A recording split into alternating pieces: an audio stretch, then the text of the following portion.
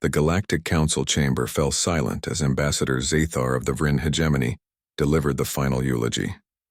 300 cycles had passed since the last confirmed sighting of a human vessel.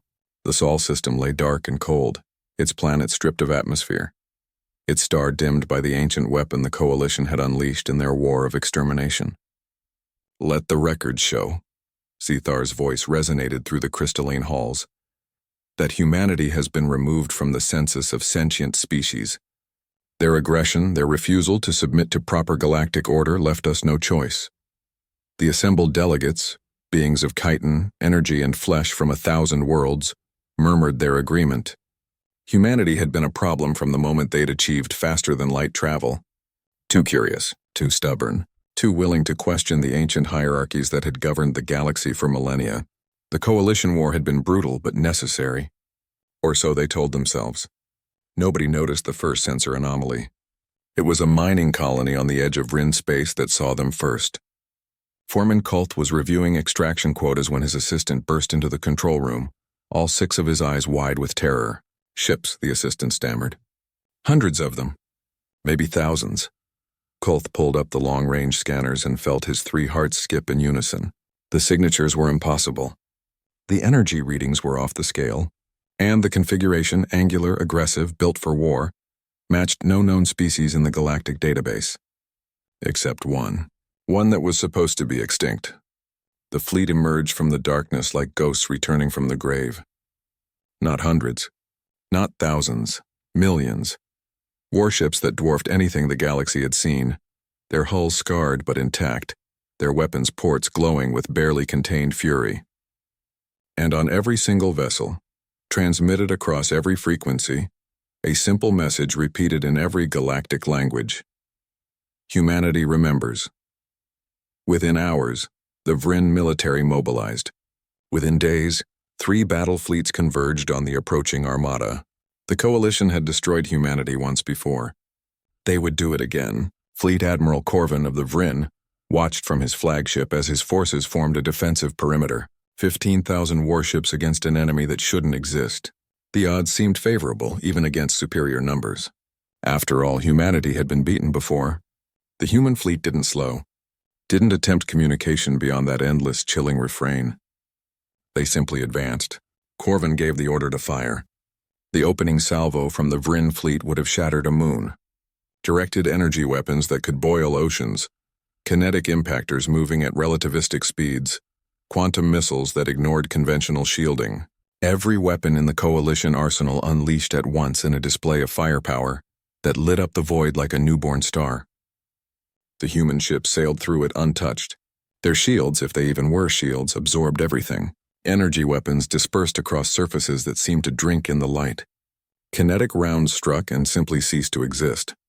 The quantum missiles detonated harmlessly against barriers that shouldn't have been possible. Then the humans returned fire. What followed wasn't a battle. It was an execution. The human weapons were surgical and devastating. They targeted power cores with impossible precision, tore through shields that had protected Coalition forces for centuries, and reduced proud warships to expanding clouds of debris in seconds. But they weren't just fighting to win. They were sending a message. Every ship captain who surrendered was allowed to flee. Every vessel that tried to fight was eliminated without mercy.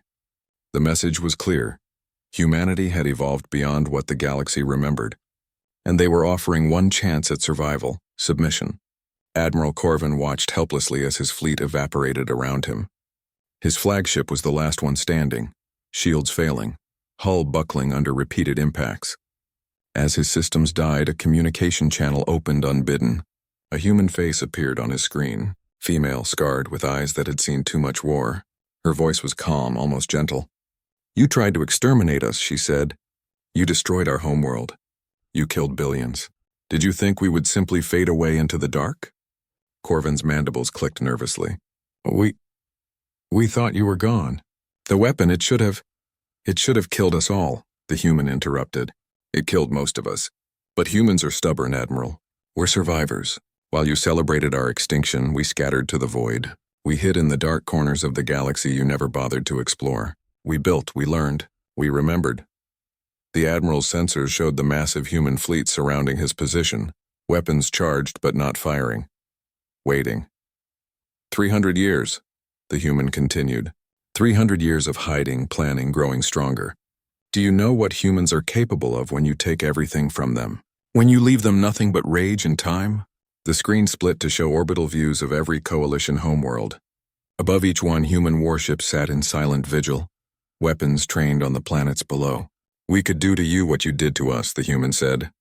We could burn your worlds, exterminate your species. It would be justice, wouldn't it? Corvin said nothing.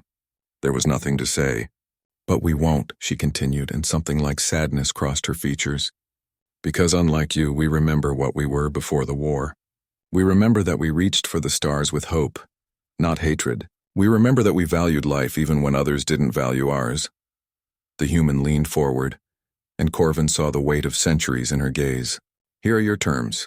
The coalition is dissolved. The Galactic Council is reformed with equal representation for all species. Aggressive expansion ends. Slavery ends. The strong will no longer prey on the weak. And if anyone violates these terms, we will return. And next time, we won't be merciful. The channel closed.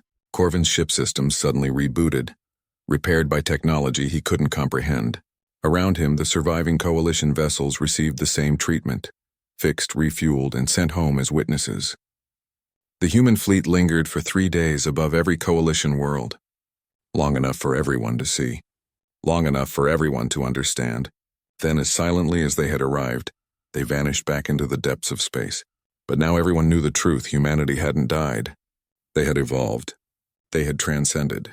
And somewhere out in the dark they were watching, waiting, remembering. The galaxy would never make the same mistake again.